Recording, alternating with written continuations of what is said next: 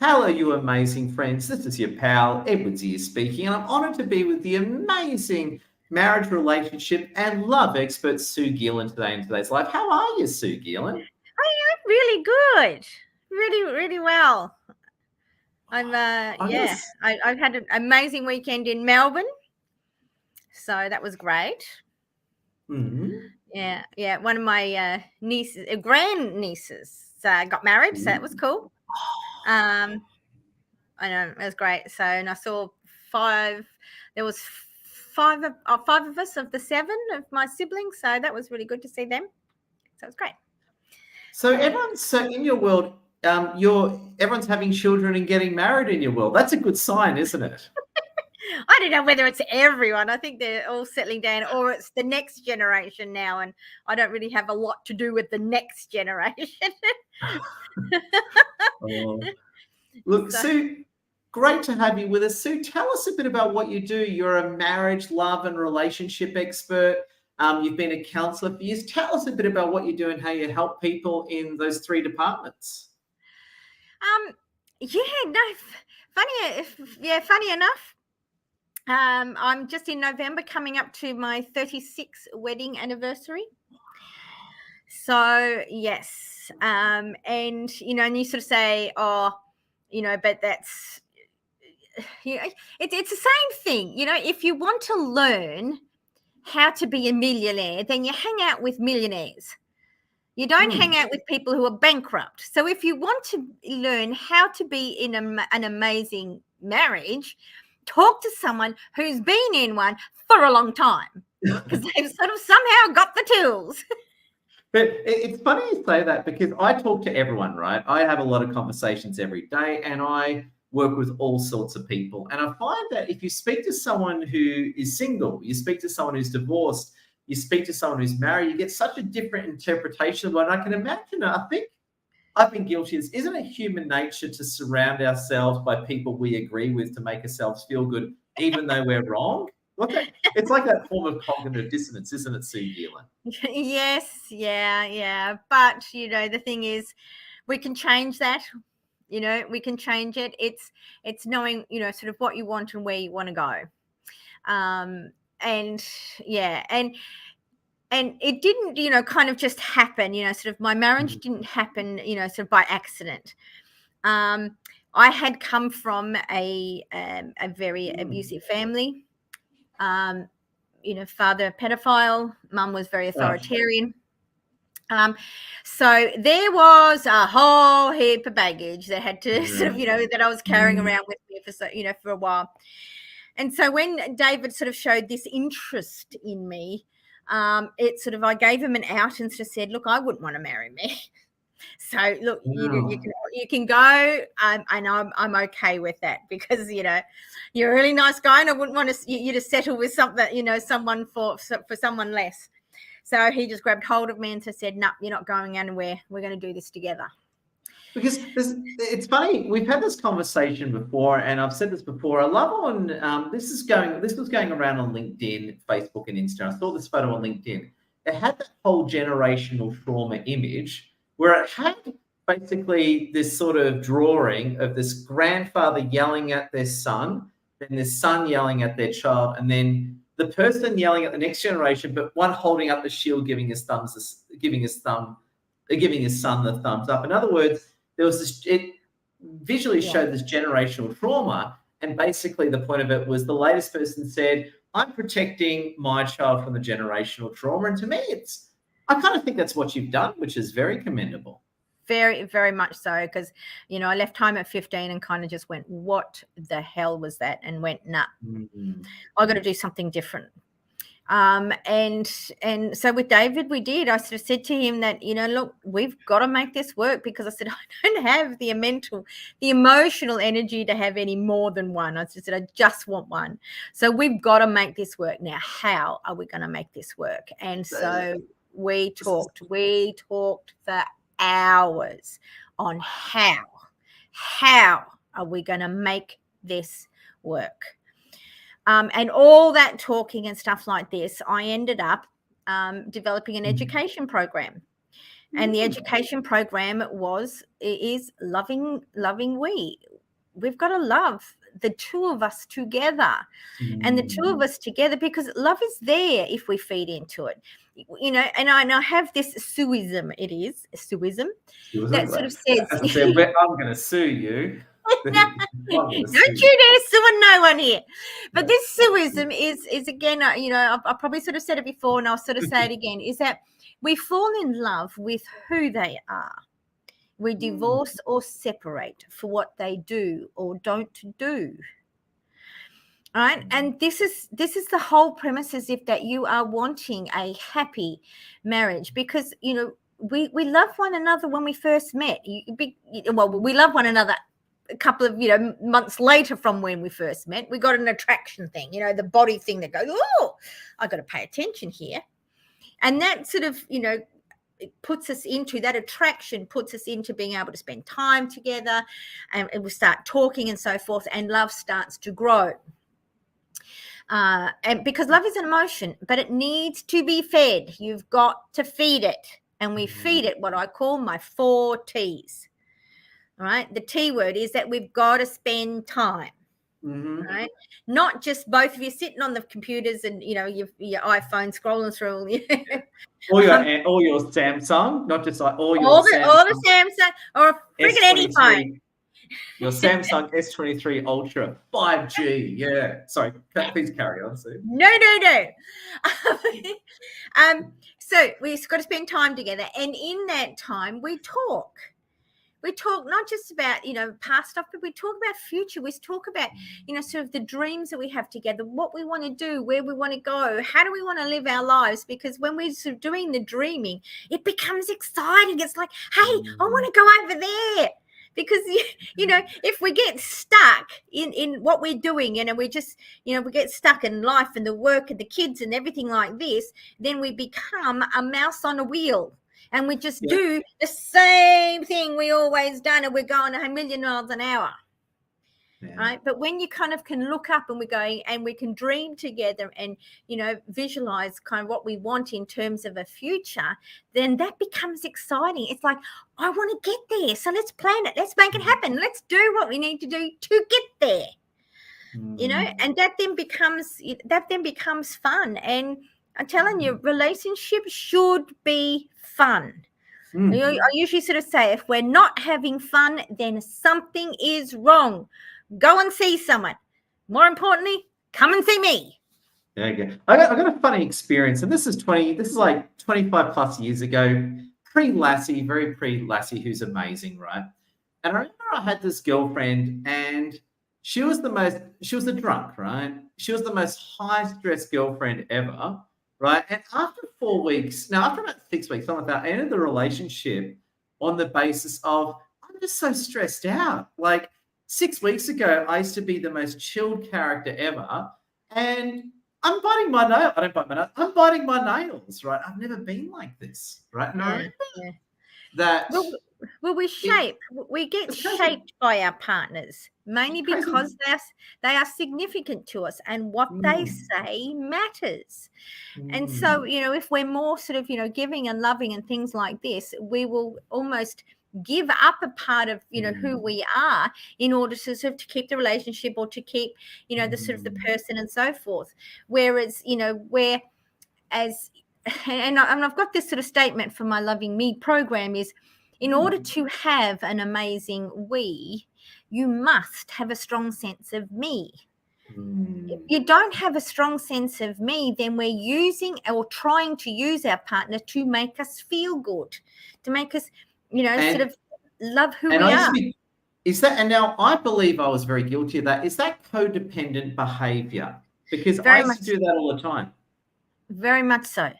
Yeah. And if we don't have, a good sense of who we are and who, we allow those significant people to tread all over us, and we go, okay, maybe that's fine, until we get to a point where you're going, nah, hell no, not fine anymore.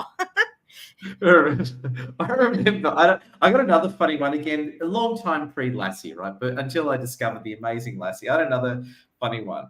I had this partner once who, years ago, they were very lazy and a very lazy and demotivated sort of character. And they actually asked me out originally. And I actually said no because I said, look, I'm a very motivated sort of character who wants more in my life. To be honest with you, I find you too chilled and not wanting to get anywhere for my liking. And what was interesting was that she then said, oh, but I want to be motivated to Ed. And she basically just told me what I wanted to hear. And 3 months into the relationship, I was putting on weight. I was demotivated. I wasn't getting anywhere. And I realized, hang on, A, I should never have said yes to you. So stupid me. But B, it's so true. You really absorb the traits of your partner, don't you? If you're with the right person, it will enhance your life. If you're with the wrong person, it just wrecks your life, Bring you doesn't it, down. Sue Geelan? Huge. And yeah, and I've had sort of similar with, with a couple sort of people that I know, very upbeat, very positive, hugely positive, and so forth. And they ended up marrying sort of someone who was actually quite negative. And over a space, not even a year, these people who are really positive and outgoing and outward and things like this started to become judgmental, started to be, sort of dissing people and stuff like that. And I'm going, hang on a minute, what's going on here? And so very much so for some people, and oftentimes it's because I keep sort of saying our default in our mentalness is negative. All right. It's negative. Oh, my hair gone wrong way. Yeah, I'm having a bad hair day too, Sue, as you can tell. It's true. But it's negative, and we'll always go, it will always go towards the negative sort of side of things than bringing someone from negative up to positive. It just doesn't work that way. So and oftentimes, which is hence why if people have sort of said, amazing person, or I'm sort of going to marry and things like this, they've got a few traits. Well, I can fix them when we get married. No. If you're sort of saying you've got to fix your partner, then get the hell out of there. Because they will drag you down to them, not them up to you. Right? Yeah. Very cool. Now, I just want to check in with our fans. We've got Torben with us, Catherine Lyon, Mohammed. Great having you winners with us. And I've got to say, I love all your work. So I was going to ask you, right, how do you create the relationship you want with someone without changing? And what are your thoughts on that one? Well, one of them is the fact that you've got to love them for who they are, as they are. When you love them for who they are, as they are, which is what I sort of call unconditional love, then there is no conditions put on love, right? There's no conditions. You love them for who they are, as they are. And as you're sort of, doing life together, you tend to change. Just being, sort of better just because of, their influence and so forth, and being better. Take sort of me, for instance, in terms of my communication. Well, I was a year 10 dropout. I was a country kid. So my communication was like down here. David's was up here. I'm telling you, there was yin and yang in terms of the communication gap. And never once in my, 36 years have I ever heard David say to me, Sue, that was a dumb, stupid, silly idea. How could you even think something like that? All right. Always he would say, yep, I'm hearing you. I'm hearing what you're saying. He sort of said, but, I want to add, have you thought of this area? Have you thought of this? Have you thought of that? Have you thought of something else? And then that it through his response to my stupidness, he made me challenge myself, challenge my thinking, challenge the way I sort of thought, not by dissing me, but by giving me alternatives to think about, or alternative ideas and fuels and stuff like this. And then we had this, kind of conversation. So in that way, instead of him coming down to me and talking at my level, he almost sort of came down to where I could understand him, but challenge me to grow up. And then he would sort of come down to me here and then challenge me to grow up. And now we're kind of probably on, he's still got to be always higher, but I'm still up here where I can actually hold a conversation. I can actually teach and public speak and do all this. Whereas at year 10 level, couldn't have done it. Yeah, love it. Let's want to check with our fans. We've got Catherine Lee with us. Catherine says, yep, for you will, Cat with a hat on. I love it. Now, Sue, I love what you're saying. However, the big thing I have with you is your husband's an exceptional man, right? And I think he's absolutely amazing, right?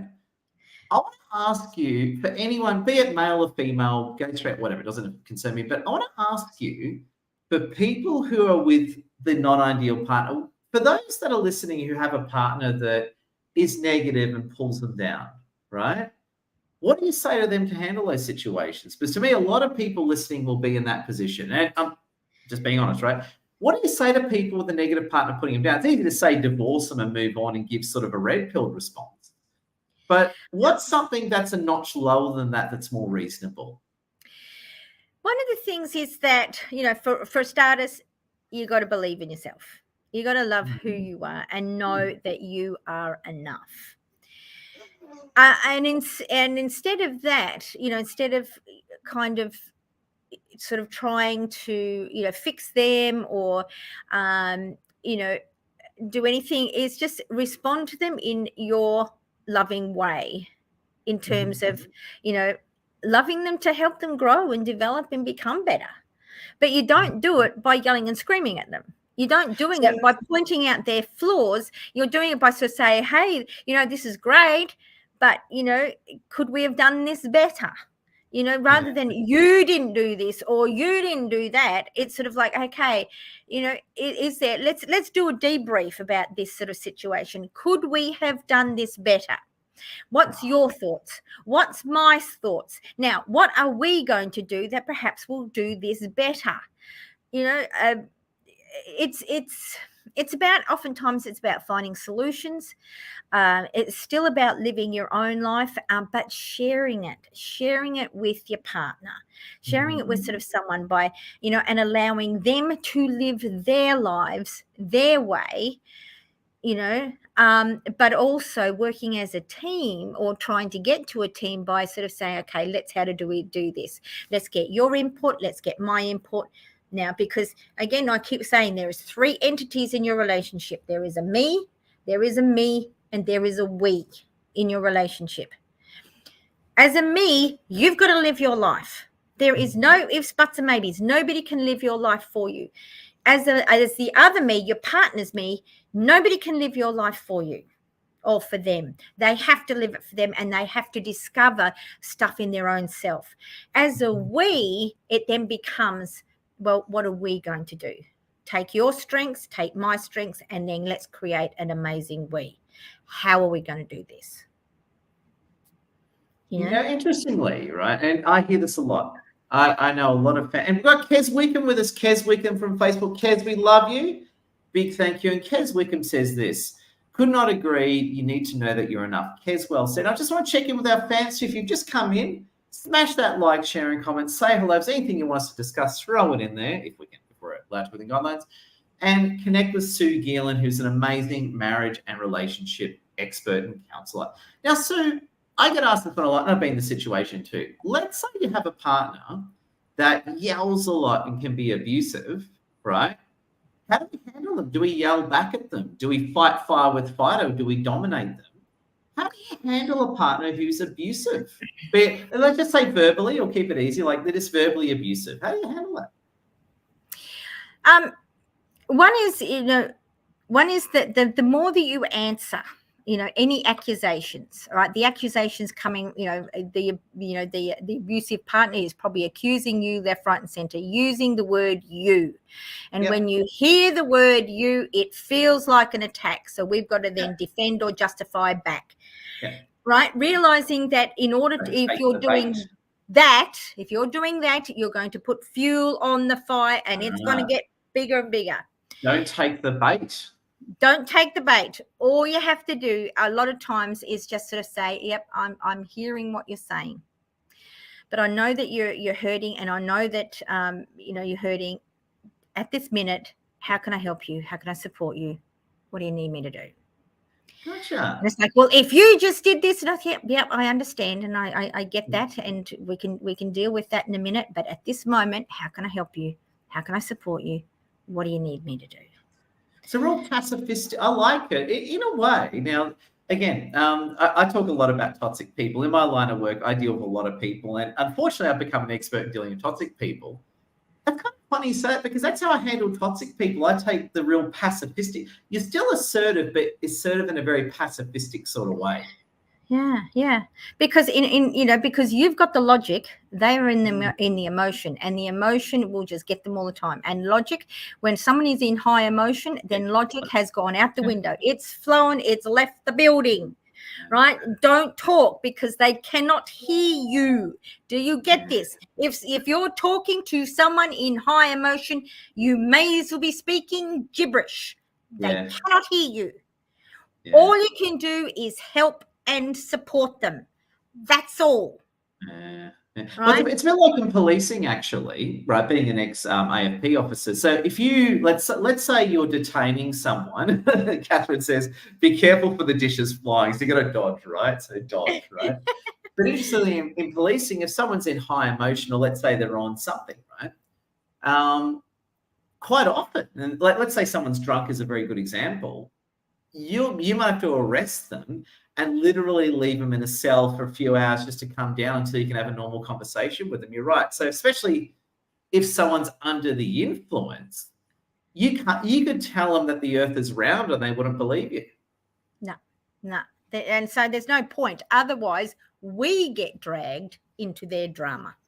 And it's like, not worth the effort. I like it. So when someone's in that high emotional state, you tend to back off, in a way, play the assertive pacifist in that one. I like it, Sue Geelan.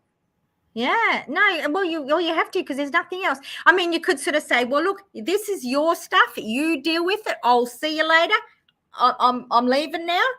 Well, then, if they're supposed to be the love of your life, and they're in this pain, emotional pain, and they just see them walk out, now they feel betrayed, they feel more angry, they feel abandoned, they feel all this sort of stuff.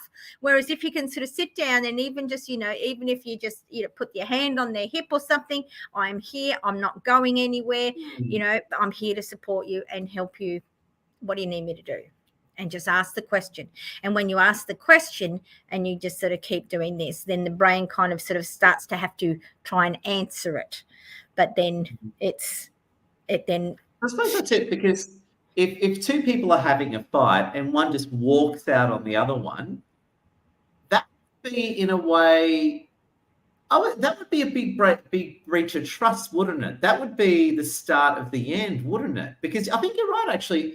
Not that I'm like that, but I can imagine if let's say you're really emotional and someone just walks out on you, you would instantly think, whether it's your fault or not, not talking about blaming you, but whether it's your fault or not, you would emotionally feel, I can't trust this person. Am I making the right conclusion there, Sue Geelan? I think you are, in terms of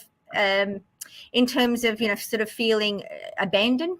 Oftentimes it's sort of, they'll actually be chased after, so the person who's trying to get away to be able to sort of, not get involved in this, the person will come after them. They're going to be louder, they're going to be more aggressive and everything like this. Don't you walk out on me, that type of thing. And then they have to then turn around, and now they're in their face and everything like this. Now it's then becomes tip that. So all in that sort of just that calm, cool voice. It's about, hey, I look, I know you're hurting. I know you're hurting. How can I help you? How can I support? I suppose, and I'll say, I've said this to a lot of people, right? Says to a lot of people is that if you, let's say two people are having a fight, right? We'll talk generally here, right? Two people are having a fight, right? If one of them walks out on the other person, or if one of them isn't there for the other person, to me, that would start sowing the end of the relationship, because if you start developing a viewpoint that my partner's not here for me, right? Yeah.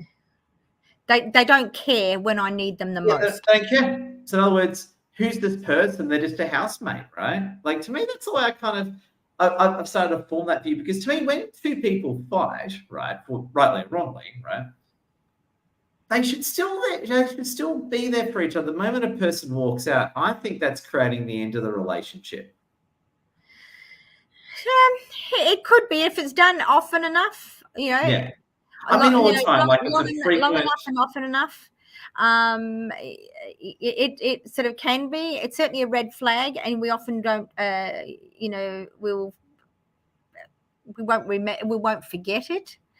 But it's sort of like, okay, do I really trust you enough with my emotions here to be around? Not if you can't handle it. I need at this minute, because I'm not in control of myself, I need a rock to kind of cling to. And if you're walking out, you're not the rock that I need to cling to. And if I have something really, really bad, do you have my back? Yeah, and a great one, actually. Catherine, we got my old friend Catherine Lee. Catherine Lee, big welcome. Please count Catherine Lee. Kill for me for walking out, not want dishes flying. And I think it's reasonable, because I think I get it, right? Like, if someone's really angry and they walk out, not to escalate the situation, I got it. That's a form of harm minimization. I got it. But I suppose if someone frequently always walks out on the other person, right? Whatever, rightly or wrongly, the person who's being walked out from, every time that happens, that person's going to trust them a little bit less. And I suppose the worst thing that can happen is they start to withhold their emotions from that person. Yeah. And now they're internalizing it, and they're shutting down and everything like this. And it's let's just sort of say you could be on a slippery road. Or even worse, they're taking their problems elsewhere, if you know what I'm saying. Yeah, which is hard. So it ends up being, well, it ends up one of my first sessions that I do with nearly with every client that I have, whether it be individual or couple. It is, you've got to know when you're triggered. You've got to be able to sort of deal with it in sort of maturity before there is a tool and a strategy that I sort of teach that when the person who is triggered is in high emotion, literally how to get down from 100% anger, all right, to 0 in less than 5 minutes, rather than hours. I know people should sign up to your program to learn more, and we highly recommend you sign up to Sue Geelan's program. But can you give us like a free preview of that tool? Give us don't give us the whole main. At least give us like the 5-second trailer, if I can ask you that. All right, I can do it. All right, guys, you ready? You ready? All right, put likes and comments and shares. All right, this is going to be a doozy. Like, share, comment, everyone, and connect with Sue Geelan. She's an amazing lady. Sue, give us a 5-second preview. All right, 5 seconds. All right, the very first indication that you are triggered, all right, where someone has done something and you are now triggered, okay? You will always feel it in your body first. Yeah, right there. I feel it right here. Right in the heart, or the stomach. All right. The minute you feel it in the chest, you feel it in the stomach, and more that the muscles start to get tightened. That is the first indication that you are triggered. So in other words, something will happen. You'll feel that emotional reaction. You'll feel an emotional and literal physical body change. Physical body change. That's before even the emotions start to come. Okay, you'll feel that sort of tensing, that tightness, whatever it might be. Gotcha. All right. Sickness in the tummy, all of it. The second, the moment you feel that, you literally get into your mind, I'm triggered. That's my code. It's just a T on the side. I'm triggered. And you literally throw your hand over your mouth. Because the minute we are triggered, we will want to do verbal diarrhea and let the whole thing out. The accusations, the things, the resentments, it will start to come out. What you're doing is stopping the talking, all right, or the want to talk. The very next thing is you turn it around. Remember partner B in this state. So the person who's done it So doesn't need to be triggered. to bring this up, sorry to relate this to policing, but it's actually the same in policing.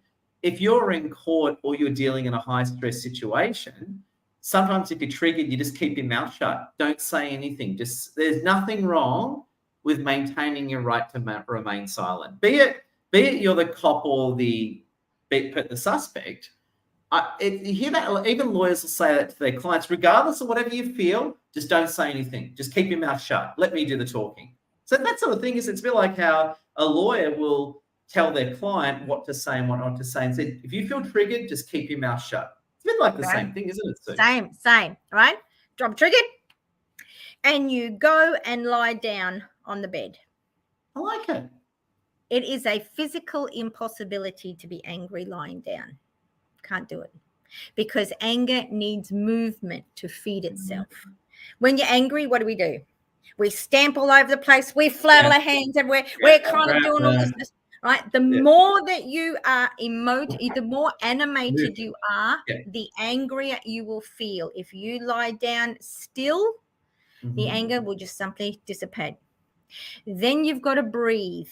You have to breathe, right? So you breathe in for 6, hold for 4, out for 6, hold for 4. Now, we think and we breathe and think all the time. Yeah. What you cannot do is breathe and count and think. And it is the thinking about what the person has done and how they do it and things like this which starts to re-trigger ourselves. We are stopping the thinking, because all we're doing is until we get to a point where then the adrenaline and the cortisol that's just come into your body simply dissipates. But then you ask yourself, the most important thing is, rather than chucking it down and things like this, why am I triggered? You have to ask yourself, why am I triggered? Because it is the trigger that has a solution. The emotions don't have solutions. Now, Sue, love you. We're just not checking with our fans. We've got Catherine Lee who says, need to walk off. Exactly, makes sense. And Paul Merrick, great seeing you, my friend. Paul Merrick says, it depends on what the relationship was built on. Is it a caring relationship, being a vulnerable relationship, or was the relationship more superficial? That's fantastic, actually. I love that thinking. And it's funny, a lot of the stuff you're saying has come up for me in policing. Again, if you're, let's say, if you're like an officer and you're triggered, you got to back off a bit, right? You got to chill, you got to breathe. Likewise, if you're in trouble with the cops and you're feeling scared, the best thing to do is just stay silent and ask for a solicitor or a / attorney. I must say. I suppose it's what you're saying is that when we're triggered and we're going through that emotional upset, we need to stop that process to prevent anything happening that we're going to regret. The escalation. We are stopping the escalation of attack, defend, attack, defend, attack. Which is the escalation of fighting. This has happened to me a lot, because what will happen is that I'll have, again, just talking, generally, right? Talking totally generally here. I hear this all the time. Someone will have a fight with their partner. They're the cool one, and their partners will apologize to them that day or the next day. I hear that a lot. In other words, my partner yelled at me, I maintained my cool, and they were very sorry and apologetic the next day. I've heard that a lot, actually. Yeah. Which is amazing, because look, guys, I'm telling you, I cannot stress this more, is that we never do we get into relationships, all right, ever, and and sort of say, how can I hurt my partner today? Yeah. No one ever said that. No one ever did that. We never do that, all right?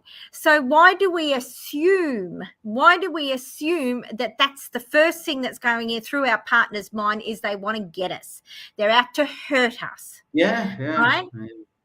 Look, it couldn't be further from the truth. So we've got to stop that physical fighting first in order to find out what's the trigger then together you can solve the trigger, resolve it, and move on and do all the fun stuff.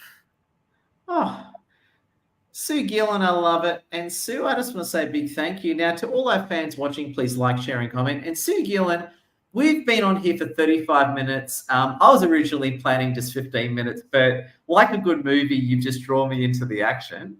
I just want to say, if you are listening, please connect with Sue on LinkedIn and more, and like, share, and comment, and spread Sue's great message. Sue, in the final few minutes, we should wind things up. Please give us any closing thoughts and tell us about your programs and how you can help people. Over to you, awesome Sue Geelan. Well, obviously, the first session that, when people come and see me, they're in dysfunction, all right? Something is wrong with their relationship. What they don't know is how to get to their happier ever after, all right? I've got the how. I'm all those tools and strategies that hours and hours of what David and I did, and through my studies as a master of counseling, is I developed the program called the Loving Me program, the Loving We program, that helps you to answer this statement. So in order to have an amazing we, you must have a strong sense of me. So we do a whole reset of our entire relationship and build it on strong, solid foundations, so that for the rest of your life you can have an awesome relationship that will take you, and bring your kids up in it in a way that I can sort of say is just amazing. So from someone who has been in major dysfunction to actually be in a relationship that is incredible, I still this day pinch myself and going, why me? And I am just so thankful. And I know that just if you both are willing,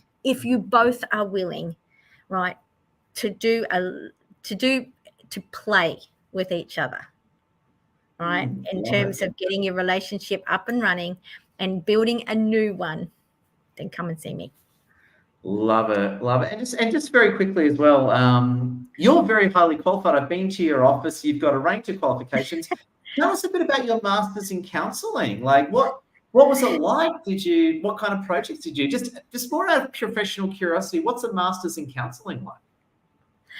Well, it's a 3-year degree.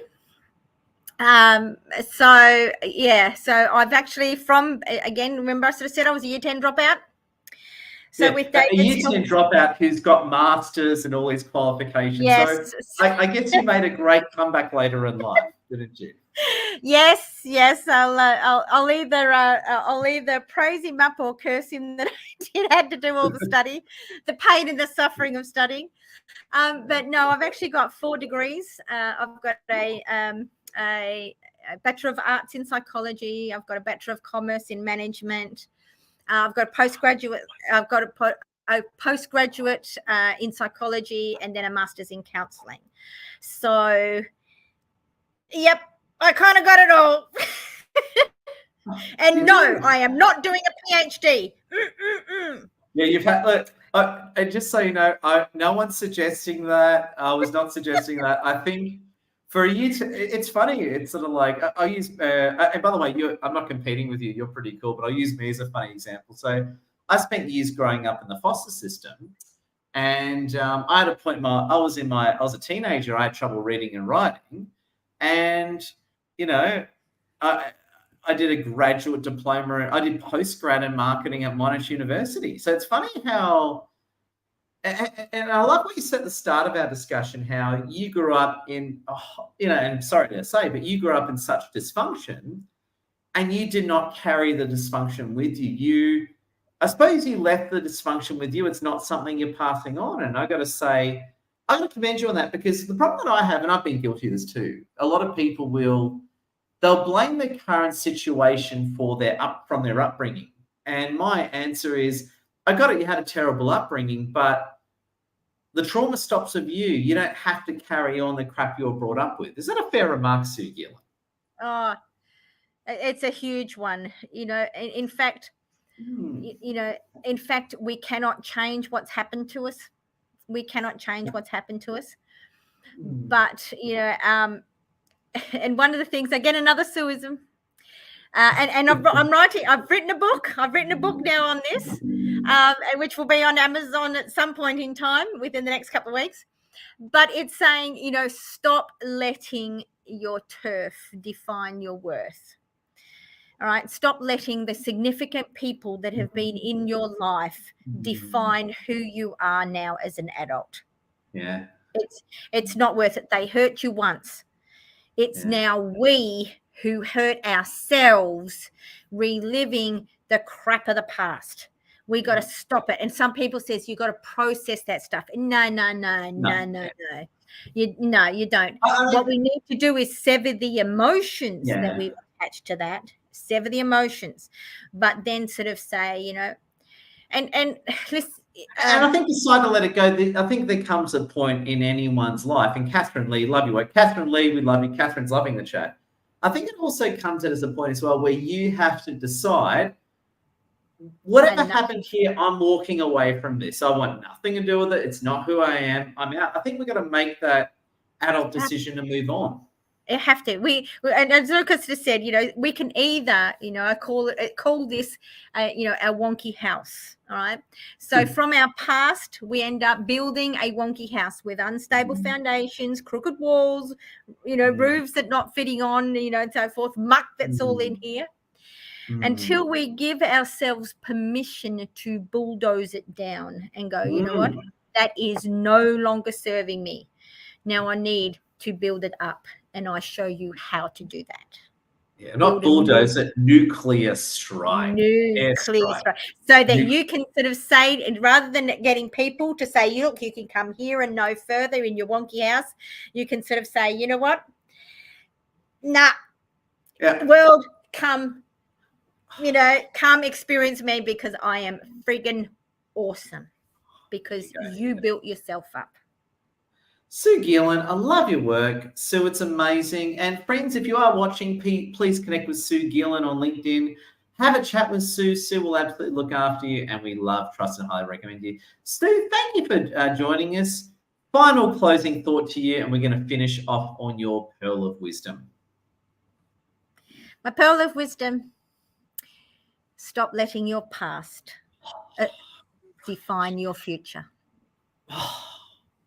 There we go. Stop letting your past design your future. That's why we have regular lives. So define your future. Stop letting your past define your future.